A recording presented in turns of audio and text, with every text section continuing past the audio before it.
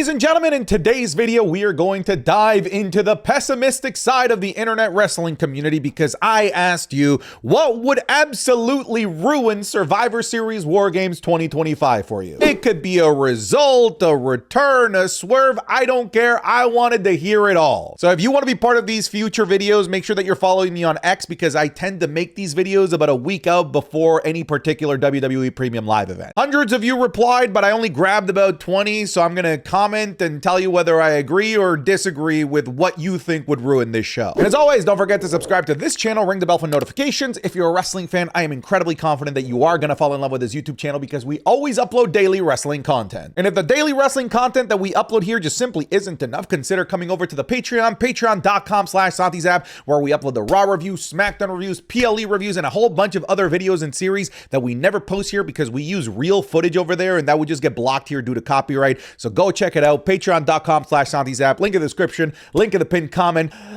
Let's start the video. Honestly, I think that the women's babyface team winning would ruin it for me. I feel like real heels in the women's division are severely lacking. We need to crown some new big bads in the women's division. An easy out is Charlotte and Rhea miscommunication costing the babyface team. I do think it seems to be a far-fetched stretch of an idea to have the heels win when it comes to War Games. When it comes to the last couple of years, it seems to always be the baby faces that stand tall, even when they shouldn't stand tall, especially in the women's side of things. Remember how many times we wanted the heels and Damage Control to come out looking strong, but they have to ultimately do the job to the Bianca Belairs of the world, to the Rhea Ripleys of the world. And unfortunately, when I look at how stacked the babyface team is for this year's War Games, with 5 bona fide main event Hall of Famers in Rhea, Io, Charlexa, and AJ Lee, I just have a hard time seeing how the heels are going to win this. Now, your suggestion of crowning some big bad heels off the back of this, I totally get.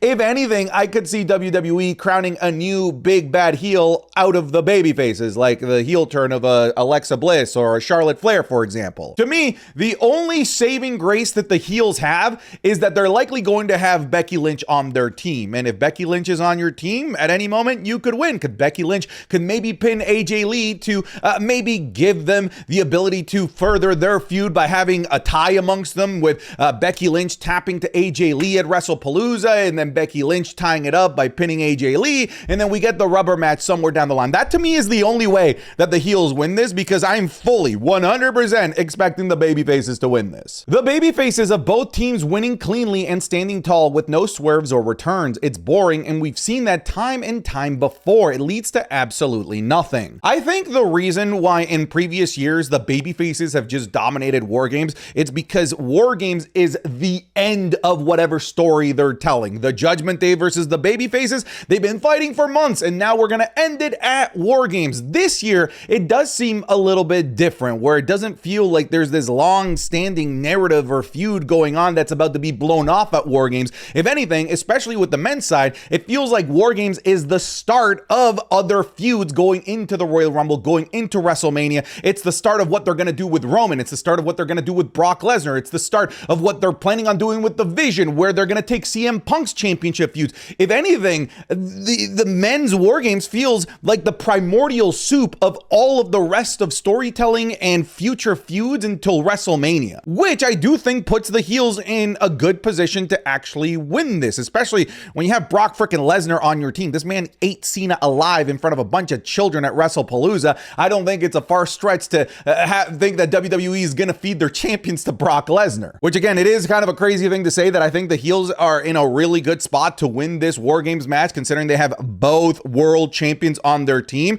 But if they do want to have this be the primordial soup of all of their feuds moving forward after War Games, I think the heels winning here for War Games men's side is the right choice. Jey Uso running it back in the middle of War Games, getting gassed out and forgetting his actual spot. There's like a 90.5% chance of this happening, and I'm terrified. Jey Uso's definitely gonna run it back. I'm confident that once he comes out of the cage, that he's going to demand that his song be played again. I wouldn't be surprised if he comes out of the shark cage, everyone in the ring is down, and he asks production to hit his music and everybody starts eating. Honestly, I wouldn't mind that. I think that would be funny. It would be fun. But if he is going to get gassed out because of it, then maybe he shouldn't do it. And unfortunately, we've seen him get gassed out because of it. Cody pinning Drew. This This to me would actually ruin War Games for me. Drew McIntyre does not deserve this. Drew McIntyre does not deserve to get constantly destroyed by Cody Rhodes. If anything, I would like Drew McIntyre to look strong in this match so that we can justify running Drew McIntyre versus Cody Rhodes again, so that I can justify giving myself false hope that Drew McIntyre might actually win a WWE championship. But I don't want them to snuff out that hope and ruin any ounce of little hope that I have that Drew McIntyre might actually be a main event world champion sometime soon. Because yeah, if Drew McIntyre gets pinned by Cody Rhodes, I'll probably just be dead inside. Nikki Bella winning the Women's World Championship. There's no reason why a Hall of Famer needs a world title around her waist. I've noticed an increase in Stephanie Vaquette haters since she's become champion, and to me, that hate is unfounded. But you know what I say? Stay mad, because she's going to walk into WrestleMania as champion. To me, the only way that WWE makes the bad decision to have Stephanie Vaquette drop the title here is if for some reason they see Liv Morgan versus Nikki Bella as a bigger money draw. Maybe in their minds, Liv Morgan is a bigger draw than Stephanie Vaquette, and they want to transition to having a Liv Morgan babyface world championship run off of the back of a heel Nikki Bella. That to me is the only way that I see WWE making this terrible decision, because to me this is a slam dunk. This should be the easiest decision that you make. Stephanie Vaquette should be winning this match. Stephanie Vaquette should win it definitively, because this should be a one-off match. I don't need this to have multiple matches. I don't need this to be a full-fledged feud. I need Stephanie to just win here, and then come the new year, start facing off against those new names that she hasn't faced off against before. The Rheas, the Ios, the Liv Morgans of the world, the Becky Lynches of the world, the Asukas of the world. Stephanie Vaquette losing here would be a genuine tragedy to professional wrestling. Nothing can be as bad as Brock squashing Cena at WrestlePalooza, so I think we're good. I think this is the most hilarious, pessimistic, yet optimistic way to look at things. It can't possibly get as bad as it's already gotten. So hell, do whatever you want, Survivor Series, because I kind of get what this guy's saying. We've already witnessed the absolute bottom of the bottom of the bottom of the bottom of the barrel in WWE in 2025. If it was just the bottom of the barrel, it wouldn't be that bad. If Bron Breakker doesn't attack Brock Lesnar to set up their feud at WrestleMania, this has to be part of the WrestleMania direction if Seth isn't going to be healthy by then, so have Braun destroy Lesnar after the match. Hell, if it happens during the match, that'd be pretty sick too. Like, I'm trying to think of a way that the heels don't just absolutely eat everyone alive with Brock Lesnar on their team, and maybe the way that they do that is by having the Vision take out Brock Lesnar to set up their feud for WrestleMania. Honestly, that'd be kind of sick. It does go back to what I was saying before, that this men's match feels like the onset, like the inciting incident for everything else moving forward as we get to WrestleMania. And if this is what WWE wants to set up, I'm absolutely fine with that, because I'm kind of tired and done of seeing Brock Lesnar against the same tired old faces that we've seen him go up against before. John Cena, Roman Reigns. Let's do something different. Let's have Gunther. Let's have Bron Breakker in there. And this is, if this is how we set up Bron Breakker versus Brock Lesnar, hell yeah. Brock versus Roman for the 7,788,554th time. I actually think I said that number correctly. At least I was close. Yeah, dude, I don't want to see Brock versus Roman. If they are going to do it in 2025, I'm more open to the idea of having part-time attraction versus part-time attraction. Sure. At least they aren't taking away time and effort from somebody that's there every single week trying to build up against a feud against somebody that isn't there. And it is a lot of aura in there. Roman in 2025 versus Brock Lesnar in 2025. But like, if we don't see it, I'd be perfectly fine too. Like I said, I'd rather see Brock Lesnar do work with other faces, other people that he hasn't worked with already in the past. And I'm gonna be honest with you, I have mostly not liked Brock versus Roman. I've liked like one of their matches in the past, the SummerSlam match. Aside from that, every other Roman versus Brock match just simply hasn't done it for me. It's not War Games if we don't get Trash Can Io Sky. It's true, War Games does give Io Sky this like video game added buff if she does get the trash can. I want to see a different variation on the trash can. What if she puts a trash can on her head, a trash can on her legs, and she just like rolls off, like almost like a martini shaker off the top of the cage? I think that'd be kind of cool. But yeah, at this point, it's tradition, right? We got to get Rhea Ripley with a mask. mask, and we got to get Io Sky with a trash can on her head in some capacity. We need to see it at War Games. Otherwise, it's not War Games. If the heel team doesn't take out Jimmy and the babyfaces team replaces him with Randy Orton. Dude, the amount of people that wrote in about like, hey, this show's ruined if Jimmy Uso doesn't get taken out. Poor Jimmy Uso. He doesn't deserve all of this hate and all of this desire from us to get attacked. He just probably shouldn't have been in the match in the first place. He kind of makes sense at the end of the day, but I know a lot of people would have preferred somebody else, a Randy Orton and LA Knight in there. Some people were crazy enough and even wanted John Cena over Jimmy Uso. Can't we just let Jimmy Uso be? Can't we just let Jimmy Uso do his thing? He put his body in the line last year at War Games for us. He got himself injured, and I think that he deserves his moment in the limelight without, somebody attacking him backstage and losing his spot Kofi Kingston style. But hey, if it does happen and if it does lead to Randy Orton, I'm okay with that. If Braun pins Punk, earning a title shot, it has hit a turning point to where it just doesn't feel right for him to dive into the feud now. If they are already making Braun wait, even though he was the one that removed Seth from the equation, it should be at WrestleMania. Yeah, this is a weird situation with Bron Breakker, right? Like, I do feel like they should have pulled the trigger on a Bron Breakker World Championship hunt immediately after taking out Seth Rollins. It's such a big thing to do. That's a major storyline domino block that WWE decided to push, and they decided to do nothing with that storyline movement. They decided to do nothing with that momentum that Bron Breakker garnered, and it has kind of cooled Bron Breakker down. On top of that, it doesn't even look like Bron Breakker is the next person up for CM Punk. It looks like it's going to be Logan Paul. So you might get your wish here. You might get Bron Breakker being set up as a future further, like past Royal Rumble going into WrestleMania feud for CM Punk. Because when I look at where things are likely going to be ending up after Survivor Series War Games, I think WWE has already set up all of the proper seeds for it to be Logan Paul versus CM Punk first. Which then begs the question, what do you do with Bron Breakker then? Well, it'll probably be a lot of the same thing, where it's a lot of talking, a lot of attacking people without much substance until the substance finally makes itself known, maybe with a Royal Rumble win or with an Elimination Chamber win. Hell, I wouldn't be surprised if it's Bron Breakker versus CM Punk at Elimination Chamber for the World Heavyweight Championship, considering that is in Chicago. A major injury happening during War Games that changes everything for WrestleMania. Yeah, obviously this would suck. Unfortunately, this has happened a tremendous amount of times in the past. It happened last year with Bronson Reed, which damaged a lot of Bronson Reed's crazy momentum that he had off the back of taking out Seth Rollins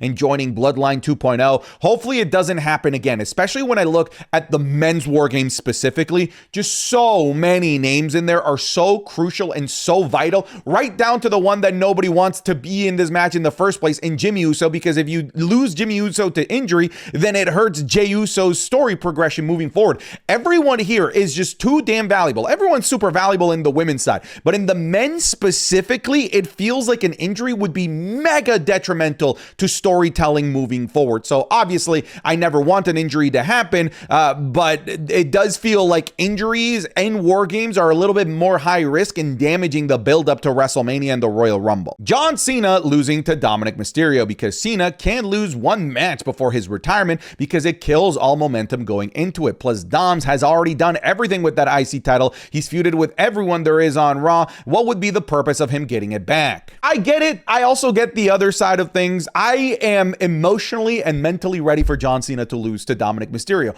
while I'm also emotionally ready for him to beat Dominik Mysterio. I'm actually somehow fine with both results. I just don't think that John Cena losing here damages John Cena's credibility like so many people are saying. I've made this argument before. It doesn't hurt John Cena's credibility. It hurts the prestige of his final match, which, if anything, hurts the tournament winner more than it hurts John Cena. And you can even make the argument that it hurts the fans going to the John Cena retirement show and the people watching the John Cena retirement show because, well, what's the danger of seeing Cena lose his last match when we just saw him lose a match 2 weeks before? So I do think that ultimately the safest thing to do here is to have John Cena win and take the Intercontinental Championship to the retirement match. But I also get the argument that some people believe that it would hurt Dominik Mysterio. But I just don't think that at this juncture that losing to John Cena would hurt Dominik Mysterio at all, considering people are forgetting this man's already has another championship to lean his back on, the Mega Campeonato, where he's probably going to feud with another Hall of Famer and probably win that feud against Rey Mysterio. I think Cody standing tall and being the main babyface would be pretty annoying. ring. This is Punk's moment and his team, not Cody's. He shouldn't even be in the match. Okay, you know what? I actually agree with everything here. I agree with the fact that Cody shouldn't even be in this match. I think Cody should be defending the WWE Championship against Drew McIntyre, against Aleister Black and Damian Priest. I would have much preferred a fatal four-way than Cody Rhodes just getting shoehorned into this match. And I don't like that Cody Rhodes, if you look at the poster for War Games and you look at the babyface team, Cody Rhodes is the one that's front and center. This is CM Punk's team. This is CM Punk's storyline. The majority of the relationships between babyfaces and heels and between the actual babyfaces, they almost all go through CM Punk. So yeah, it's another case of Cody Rhodes being WWE's golden boy in a situation where he just didn't need to be. If John Cena beats Dominik Mysterio clean, I know it's John Cena, but he's on his way out, and being 3-0, including in the tag match, would harm Dominik. Look, like I said, I get it. I understand the philosophy. It's a philosophy that under 99.9% of circumstances would be fully true, and I would agree. However, I weirdly believe that we're in that 0.01% of circumstances where losing to John Cena on his way out during what is supposed to be a party for John Cena, I just don't think hurts Dominik Mysterio in the traditional sense of losing a feud 3-0. Again, I get the sentiment, and maybe I am wrong. Maybe it would hurt Dominik Mysterio, but at first glance, on paper, I just don't see this hurting Dominik Mysterio's stock in the long run. Judgment Day or El Grande Americanos getting involved in the match with Cena and Dom. I want Dom to finally get a win over Cena cleanly. Yeah, I would agree. I would not want El Grande Americano or the Judgment Day getting involved. I know that was like a big fear going into the AJ Styles and John Cena match, because AJ Styles matches were all getting bombarded and attacked by the Americanos, and we didn't want to see that match getting ruined by the Americanos, and thank goodness, because that was arguably the best match of the year for many people, including myself right now. But yeah, I would agree. I don't want to see Judgment Day or El Grande Americanos getting involved here. Judgment Day already got their rub with John Cena in this 6-man tag match on the Madison Square Garden Monday Night Raw. I don't think that they need another rub. I don't think that they need to get their heat back against John Cena. And El Grande Americano getting involved here literally makes no fucking sense at all. I get El Grande Americano has been getting involved in helping Dominik Mysterio, but in like all of these situations, it's been for the Mega Campeonato, not the Intercontinental Championship. So I don't see El Grande Americano getting involved, and if he does get involved, I don't see how it makes any sense. If this girl doesn't return, I'm okay with Liv Morgan not returning here. If she does return, awesome, hooray, I'm happy. But I just see her returning in my mind's eye at the Royal Rumble and winning the Royal Rumble. That's kind of what I want to see out of Liv Morgan. Her return being something so big that it sets up for something at WrestleMania. And I don't think that you quite do that by returning at Survivor Series War Games. I think that you do it at the Royal Rumble. Here's the thing. If Liv Morgan does return, to me, it's to help Dominik Mysterio win. And I don't see Dominik Mysterio winning, so I don't see her returning. I think that they save her return for the Royal Rumble. Let's not forget that Liv Morgan's been the MVP of the past like 3 Royal Rumbles and been runner-up for a bunch of them. I think it'd be cool if she finally got her moment at the Royal Rumble, the match that she continues to be the bridesmaid of, but never the bride. If War Games doesn't have blood, it needs blood. You know what? For this year specifically, I agree. When I look at like the violence that's in that match between Bronson Reed, Bron Breakker, and Brock Lesnar, not having blood in there would be kind of crazy. Not to mention that we have CM Punk and Drew McIntyre in there, 2 guys that had arguably the bloodiest WWE match of the 2020s. I want to see some blood in that men's match. Probably if we don't see Rey Mysterio in his hometown. See, this is a person I could see getting involved in the match. I could see a world where the Judgment Day comes out to help Dominik Mysterio and Rey Mysterio goes out there and stops them so that Dominik versus John Cena has that clean finish that some people want. It's San Diego. We gotta get Rey Mysterio in some capacity, whether it's getting involved in the Dominik and John Cena match or backstage segments. I don't think backstage segments are enough. I think that we should get to see the legend Rey Mysterio live and in color in the ring in some capacity. All right, folks, that's it for today's video. I'll see you guys in the next one. Take care. Goodbye. Get out of here.